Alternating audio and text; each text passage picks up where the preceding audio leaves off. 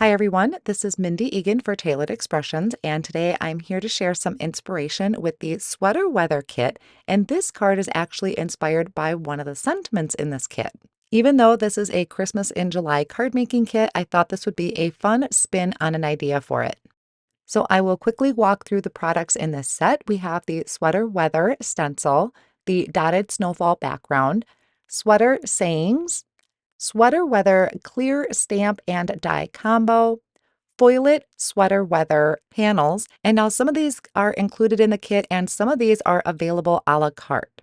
We also have the Sweater Weather Insiders. So the insiders are sentiments you can put inside and using your mink and the foil so you can foil your designs. Obviously, since my card is more fall inspired, I'm not going to be using these sentiments, but they are some fantastic sentiments that you can put inside of your card.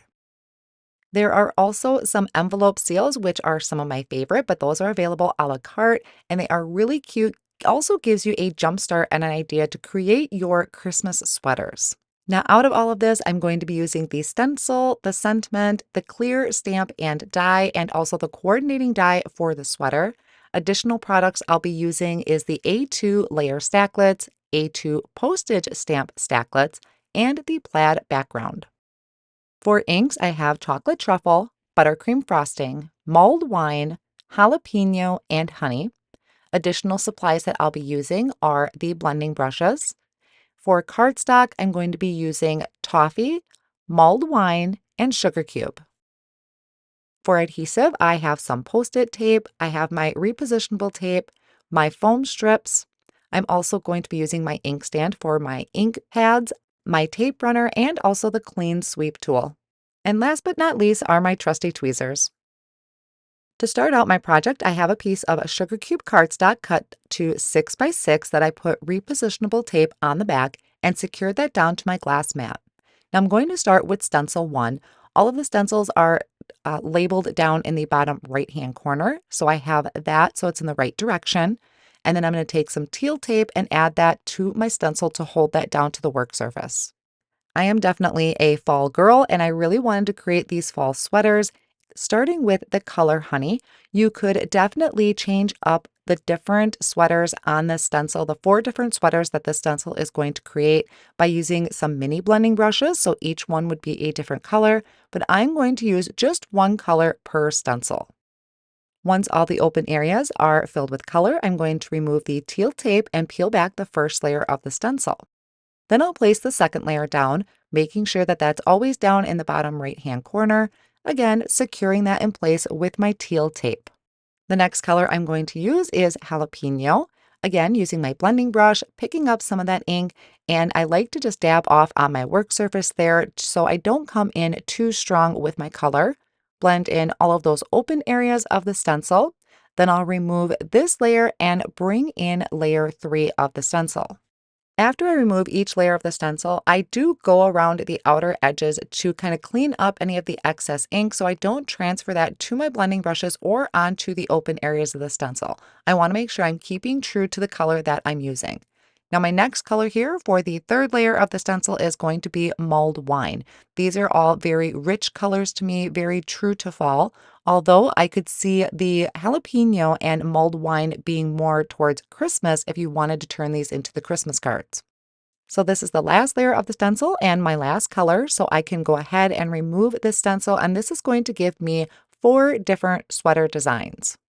I have a die that is going to cut out my sweaters, and the easiest way that I found to do this is I'm going to first die cut this out of some scratch cardstock. I'm going to use a piece of toffee cardstock. I'm going to run this through my die cut machine, and once I do that, you'll also be able to see that the positive piece or the die cut piece also has some etchings on there like a sweater. I'm not going to use that piece though. I'm going to use the negative. So I'm using my scissors to trim that out. I'm going to leave a little bit of a border going all the way around. I'm going to set that off on the side for just a second. I forgot that I wanted to stamp some details to my sweater. So I placed this into my Misty and I'm bringing out this clear combo set. There's also a die set that you can die cut out a snowflake or a Christmas tree or snowman and add the die cut images to the front of your sweater. But those are Christmas and I really wanted to have the fall sweater theme. you're going to notice that one says hem detail, one says collar detail, so that it tells you on the stamp set exactly where to place that. I am lining up for 3 of them. I only need 2, and one of them I'm not even gonna stamp details on because that was a user error. I didn't line my stencil up correctly, so that's on me, not on the stencil. So I'm not going to do that particular one down in the left-hand corner. To stamp my images here, I'm going to use buttercream frosting, which is a pigment ink, and it's not the bright white. It kind of has an off-white to it, which I thought would be better with my fall theme versus a bright white. Now, because it is a pigment ink, I'm going to just help speed that drying process along with my heat tool. Next, I'm going to take that piece that I trimmed out and I'm going to line it up around one of my sweaters. You're going to see I'm leaving a nice white border edge around the sweater. I'm going to hold that template down with a low tack tape. That is important. And then I'm going to place the die right over the top. It's going to fit in like a puzzle, and then hold that down with low tack tape as well and run that through my die cut machine. Now, the reason I emphasize low tack tape is because you don't want to worry about ripping your cardstock, or you don't want this to overlap your other sweater images because we don't want to rip anything. We put a lot of hard work into it.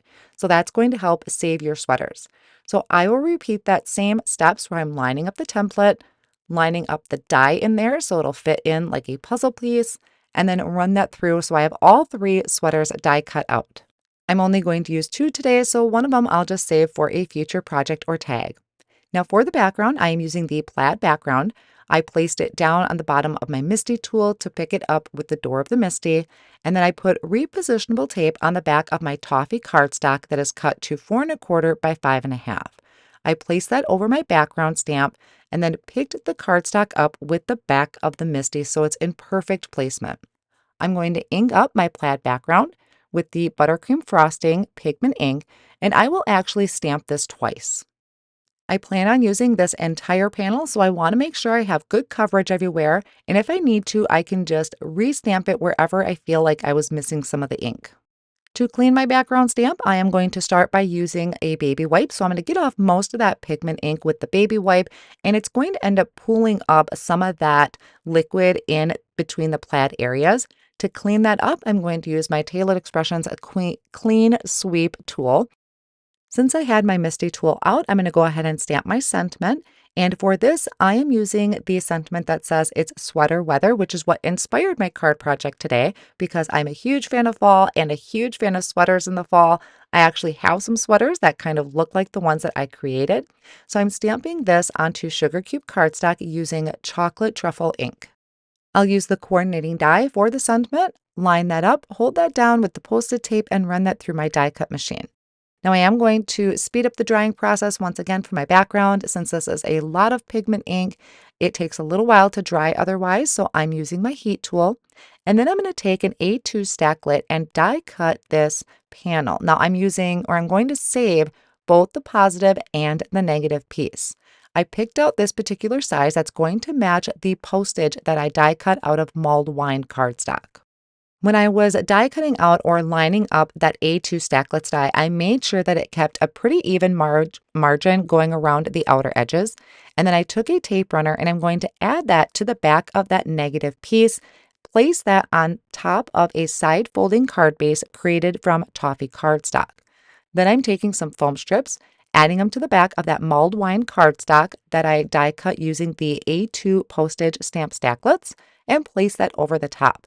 So I'm able to use both the negative and positive piece of that stamped background and still be able to have that postage border going around the edge. So this top panel I will just add with some tape runner because I plan on adding my die cut and stencil pieces using foam strips. I will add that foam tape behind my sweater so it'll go in the middle, and I'm also going to cut smaller strips to go down the arms to make sure that I have complete coverage and no saggy areas.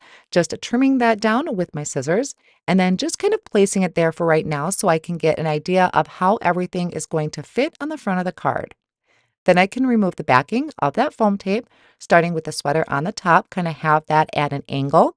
Then I can remove the backing of my second sweater, and I will just slightly overlap that with my top sweater. Then I have my sentiment that's going to go down in that bottom left-hand corner. Since that is going to overlap one of my sweaters, I'm going to add foam tape, but only to the left-hand side of the sentiment. And then the other half, I will just add a little bit of liquid glue and attach that over the top. And that's going to finish off my fall-themed sweater card for you today. I hope this card inspires you to think outside of the box or outside of the kit and use these sweaters other than just holiday. These products are available now over at tailoredexpressions.com. Thank you so much.